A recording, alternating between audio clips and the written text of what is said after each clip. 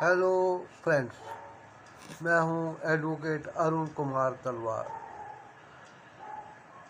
आज मैं आपको आईपीसी की सेक्शन 340 के बारे में कुछ मोटी मोटी इन्फॉर्मेशन देना चाहता हूं।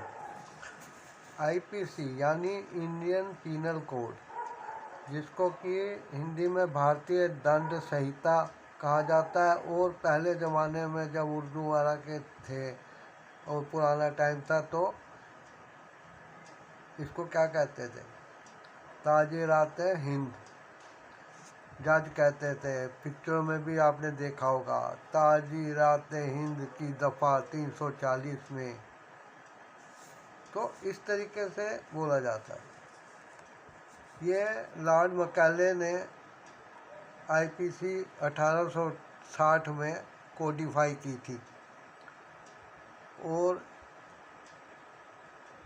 ये हमारे कानून में सीआरपीसी, सीपीसी और आईपीसी, ये तीन मुख्य एक्ट हैं जो कि बेसिकली चला करते थे। उसके बाद धीरे धीरे समाज में जैसे कोई सुधार होता है, वैसे ही उसके अंदर और भी ज़रूरत की चीज़ें जो है वो आती गई।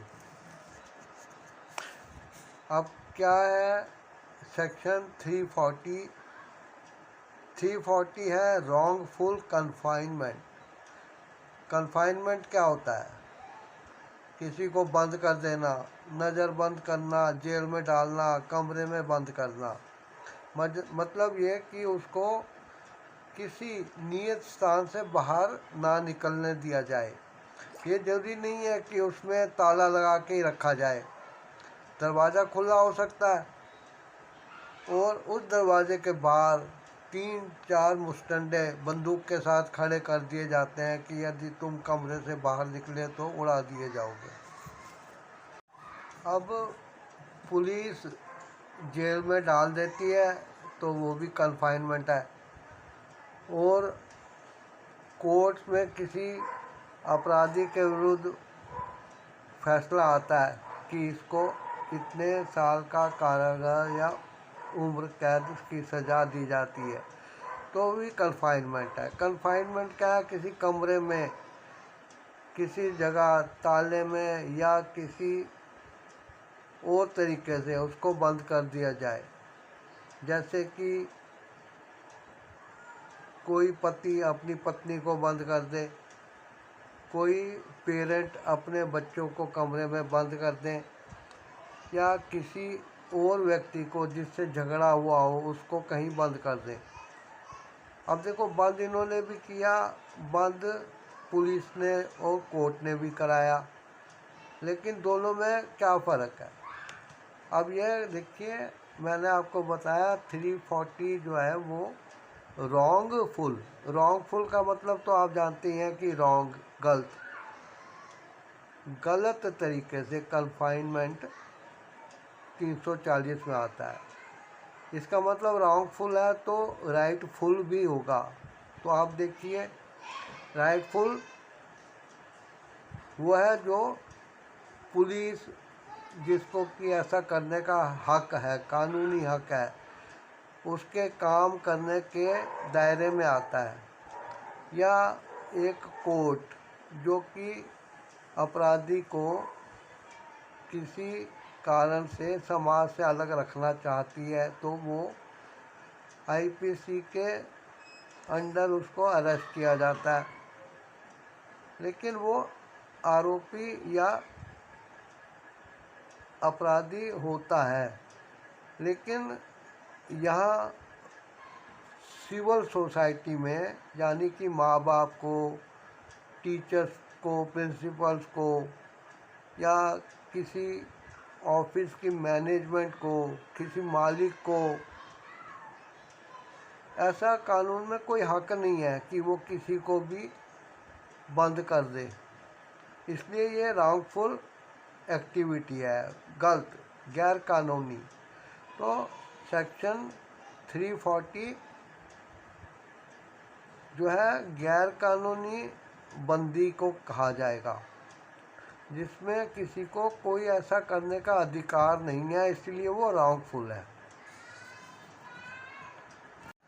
अब जब किसी ने बिना किसी अधिकार के, बिना हक के, बिना किसी डेलीगेशन ऑफ पावर के, डेलीगेशन ऑफ पावर पुलिस द्वारा या कोर्ट द्वारा किसी को दी नहीं जाती है कि वो किसी को कह दे कि जाओ तुम गिरफ्तार कर लो।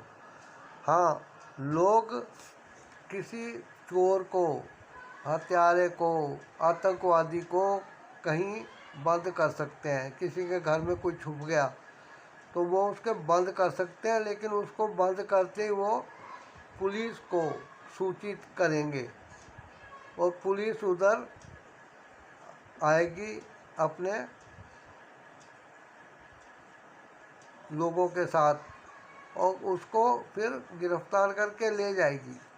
लेकिन ऐसा करके किसी ने कानून की मदद की, अपना फर्ज निभाया, तो ये वहीं तक सीमित है कि वो पुलिस को सूचित कर दे तुरंत या पहले ही मौके में।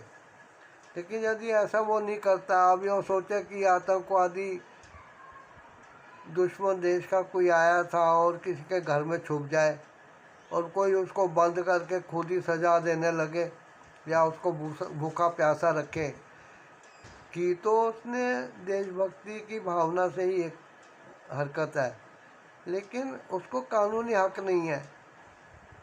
एक तरफ तो उसको देशभक्त घोषित किया जाएगा, पुरस्कार भी मिल सकता है, दूसरी तरफ उसको कहा जाएगा कि इसको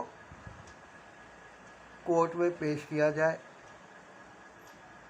तो उसके ऊपर कानून भी लागू होगा। इसलिए कभी भी देशभक्ति या समाज सेवा के भावना से आप किसी को भी गिरफ्तार करके अंदर रखें तो तुरंत पुलिस को सूचित किया जाए, पुलिस उसको आके ले जाएगी। उसके बाद जो होगा वो उसका अपना काम है, पुलिस का, आपका नहीं है। आपने बस इतना करना है कि आपने किसी चोर को बंद कर दिया। यहाँ तक कि कोई तेंदुआ, शेर, चीता किसी कॉलोनी में घुस जाए और किसी मकान में जाए तो उसे कमरे में आप बंद कर दो। अब वन विभाग को आपको सूचित करना पड़ेगा, जी ऐसे ऐसे हो गया, या पुलिस को ही बता दो, वो अपने आप उनको लेके आएगी। यहाँ तक कि आप जंगली जानवर को भी बंद नहीं कर सकते। आजकल तो लोग पिंजरों में पक्षियों को रखना भी सजा के काबिल होने के कारण डरते हैं। खैर, अब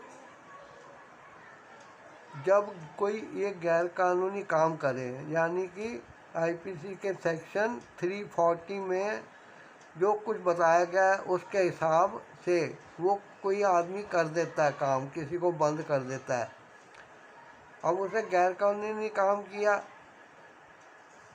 तो अब जब गैर कानूनी है तो कानून के हाथ बहुत लंबे होते हैं। अपराधी या पुलिस का इंस्पेक्टर जेब में हाथ डाल के फिल्म में डायलॉग बोलता है, तुम कानून से बच नहीं सकते, कानून के हाथ बहुत लंबे होते हैं। वो लंबे हाथ जो है प्रैक्टिकली जेब में दिखाई देते हैं। खैर चलो, ये मैं बता रहा था कि उसके लिए जब गैर कानूनी काम है तो सेक्शन 340 में जो गैर कानूनी काम हुआ उसके लिए जो सज़ा मिलेगी, कोर्ट जो पनिशमेंट देगा, उसका वर्णन आईपीसी के सेक्शन 342 में दिया गया है, जो कि कहता है कि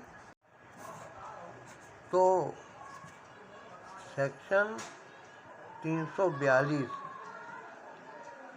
धारा 342 आईपीसी की आप वीडियो ज़रूर देखिए जो मैं अपने चैनल पर डाल रहा हूँ, और इससे आपको पता लगेगा। आपको इस वीडियो में मैं जो बताना चाहता था वो यहीं पे समाप्त करता हूँ। आशा करता हूँ आपको यह जानकारी पसंद आई होगी। आप सेक्शन 342 के लिए वीडियो को ज़रूर देखिएगा।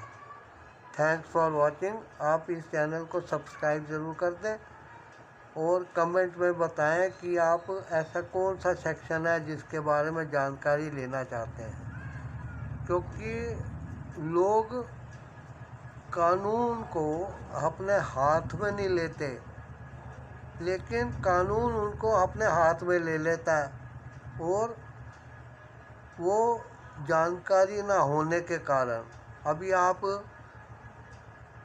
किसी दूसरे देश में चले जाओ और वहाँ के बस की या ट्रेन की टिकट उनकी अपनी भाषा में हो, हिंदी या इंग्लिश में ना हो, और उस पर लिखा हो कि सामान को अपनी सीट के बगल में फर्श पे रखना जुर्माने का कारण बन सकता है। लेकिन आप पढ़ नहीं सकते तो आप रख दोगे, लेकिन आप ये नहीं कह सकते कि जी मुझसे ये इसमें पढ़ना मुश्किल था कि ऐसा करना तो मैं ना रखता, लेकिन कानून आपकी नहीं सुनेगा। उसने कहा हमने छाप दिया, यानी कि समन लेटर बॉक्स में, नोटिस लेटर बॉक्स में डाल दिया तो यही समझा जाता है कि वो मिल गया।